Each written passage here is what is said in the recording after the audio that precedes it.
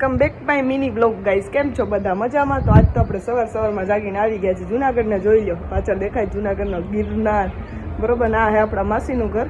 તો ચાલો હવે આપણે માસીના ઘરે આવ્યા છીએ, તો ટેરેસ ઉપર આવી ગયા. તો આમથી આમ આટા ઠોકી લઈએ હવે.